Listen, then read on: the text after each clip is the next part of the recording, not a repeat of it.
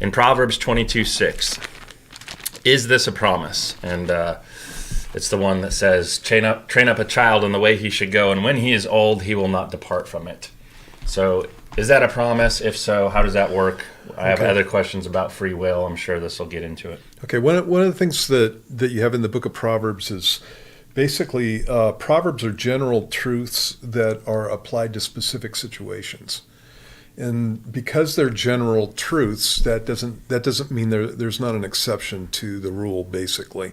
So, for example, in the same passage, so I'm in Proverbs chapter 22, in verse 3, it says, "A prudent man foresees evil and hides himself, but the simple pass on and are punished." Well, that's a general principle, but it doesn't mean it happens every single time. It's not a promise that's what's going to take place. Let's see, in verse 4 it says, "By humility and the fear of the Lord are riches and honor and life."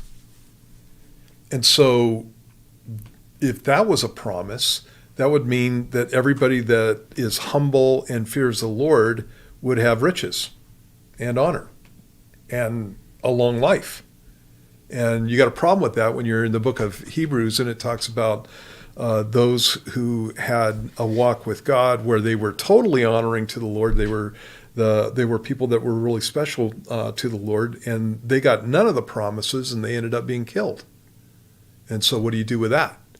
But in general, that principle applies there. If you look down in verse 16, it says, "He who oppresses the poor to increase his riches, and he who gives to the rich will surely come to poverty." Well, you got examples in Scripture where the Bible talks about the rich have no fear, and it's like when all of Psalm 37 is a complaint to the Lord about the fact. It's not Psalm 37. Psalm 73. All of Psalm 73 is a complaint to the Lord that the rich go through life and they're not having any kind of problems, even though they persecute the poor. And obviously, in the end, that's what's going to take place. God's going to take care of all those things. And so when you're looking at passages like this, there's another one in the passage, verse 29. "Do you see a man who excels in his work? He will stand before kings." Well, I excelled in my work. I never stood before a king. So what's up with that? God failed me. And so you got to be careful how you take a proverb. It's like the point is Proverbs 29 is that a guy who is faithful in his work, prompt in his business is what my margin says. A guy that's like that will be honored. And generally speaking, that's exactly how that goes. And so you got to take it that way. And so when you're looking at the passage in 22:6 and it says, "Train up a child in the way he should go, and when he is old, he will not depart from it." That's not negating the kid's free will in the passage. It's not saying, you put certain things into a kid. He has no ability to rebel against those things. Did God train up Adam and Eve in the way that they should go? Yeah. And what did he get? Well, I mean, look at the book of Proverbs. Look at Solomon who wrote it. Yeah, exactly.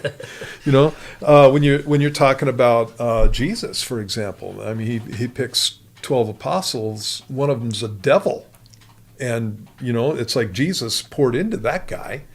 And so, what happened there?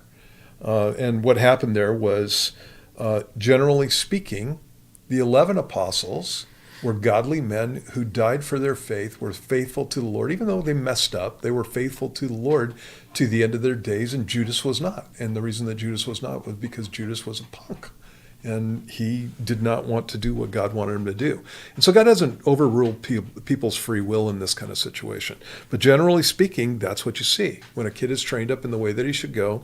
And there's some if-then statements there also. Train up a child in the way he should go. And so, are you training the child up? And is it in the way that he should go?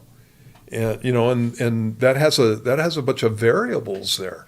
And so I've known some people who thought that they were training their kid up in the way that they should go, and basically what they did was they helicopter parented the kid to the time that he was 18, and then he goes off into the world, and he doesn't know how to handle social situations, and he doesn't know how to handle temptations, and they did not train him up in the way that he should go. And so, again, you have some if-then statements there. But again, generally speaking, when you've got a situation where somebody is raised in a godly home and they grow up, doesn't mean that they're not going to rebel, but they grow up and they walk with the Lord, and that's how life is supposed to go. And so that's what that passage is talking about. And so the fact that it's not an absolute promise doesn't mean that I don't obey it. When my child is rebelling, it doesn't mean that God has failed me. I have two children, and they both had their rebellious streaks. One of them had a major rebellion, and in the end, I went out and got that kid. Well, I could say it. She already tells it. It was my daughter Bethany. She just blew it big time, messed up big time, was couch surfing, and finally I just went and got her and took care of some issues that were taking place in her life, and now she is my secretary. She loves the Lord. She's married, has 3 kids. She's involved in 3 ministries around here. And God is just blessing that kid. And yeah, I trained her up in the way that she should go. Then she rebelled. Then I did my best to do godly things in turning her around. And that's exactly what happened. And now she's one of my favorite Americans. And so, yeah. So you got to be careful how you take Proverbs.